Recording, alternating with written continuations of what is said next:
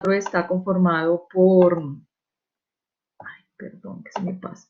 El grupo 4 está conformado por Snyder Benavides, Alexander Chávez y quien les habla Sonia Sarmiento. Nuestra tutora es Mónica Bernal. Para esta actividad presentaremos el análisis fenomenológico del tema fracciones equivalentes positivas. Para ello, pues vamos a tener en cuenta los fenómenos que dan sentido al tema, la organización de los fenómenos atendiendo o teniendo en cuenta los contextos fenomenológicos, las subestructuras matemáticas y con qué contextos del marco PISA se relacionan. Bueno, durante la presentación pues tendremos en cuenta las siguientes convenciones, como las que se ven en la figura.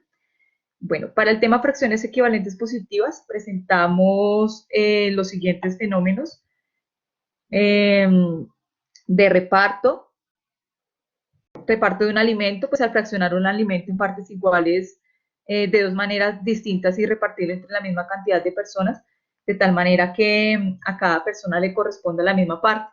Otro fenómeno, pues tenemos en cuenta la distribución de votos, cuando se compara la cantidad de votos por un mismo candidato en dos lugares distintos y el porcentaje corresponde al mismo.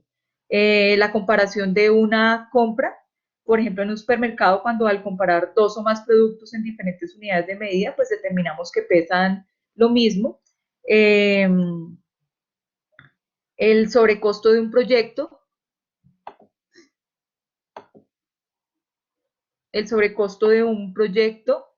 eh, pues al relacionar el costo y el presupuesto de dos proyectos, el consumo de gasolina versus la distancia recorrida al establecer la relación entre las distancias recorridas con los consumos de gasolina, y vemos que pues establece una proporción.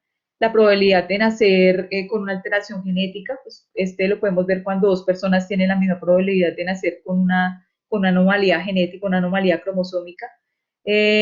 Otro fenómeno lo denominamos estructura real a la maqueta, pues que se puede ver al reducir una estructura en un tamaño real con dos escalas equivalentes, y de esta manera pues determinamos que tiene el tamaño de la maqueta es el mismo.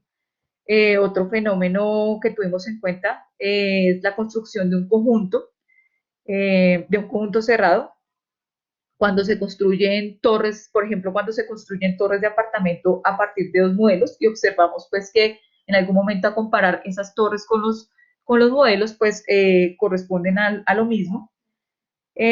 Otro fenómeno que tuvimos en cuenta fue la conversión de pesos a dólares o dólares a pesos.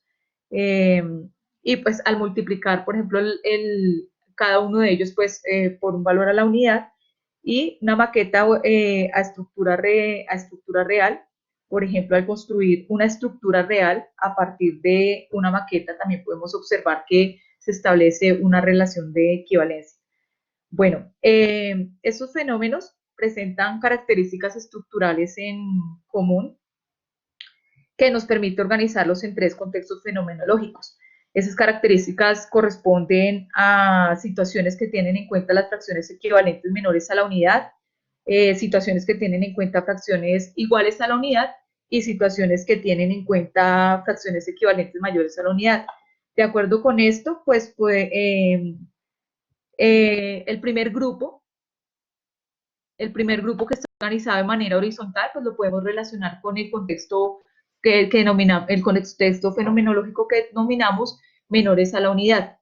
Por otra parte, el segundo grupo lo relacionamos o lo organizamos con un contexto fenomenológico que denominamos unidad, y el tercer grupo lo relacionamos con el contexto fenomenológico mayores que la unidad. Bueno, luego de organizar los fenómenos en estos tres contextos fenomenológicos, establecemos la relación con las subestructuras matemáticas. Para ello, pues, es necesario mencionar que esas subestructuras surgieron a partir de la estructura conceptual del tema abordada en la actividad anterior. Entonces, de esta manera determinamos tres subestructuras para el tema. Propias, iguales a la unidad, e impropias. Esas subestructuras, pues, establecen, digamos, los grupos disyuntos que al unirse van a conformar el tema en total. De esta manera, establecemos las siguientes relaciones con los contextos fenomenológicos.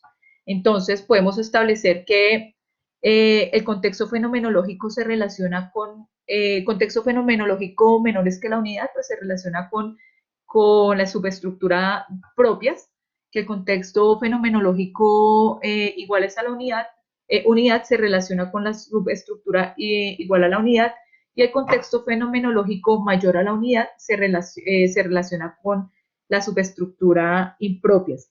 Esto pues porque los contextos fenomenológicos dan cuenta del significado o definen en sí cada subestructura. Bueno, luego de organizar estos fenómenos y relacionarlos con los contextos fenomenológicos y unas subestructuras, pues es importante analizar en qué contextos se encuentran situados los problemas. Esto asociado a los contextos que a los contextos que se ven en PISA. Entonces, en este caso, los fenómenos de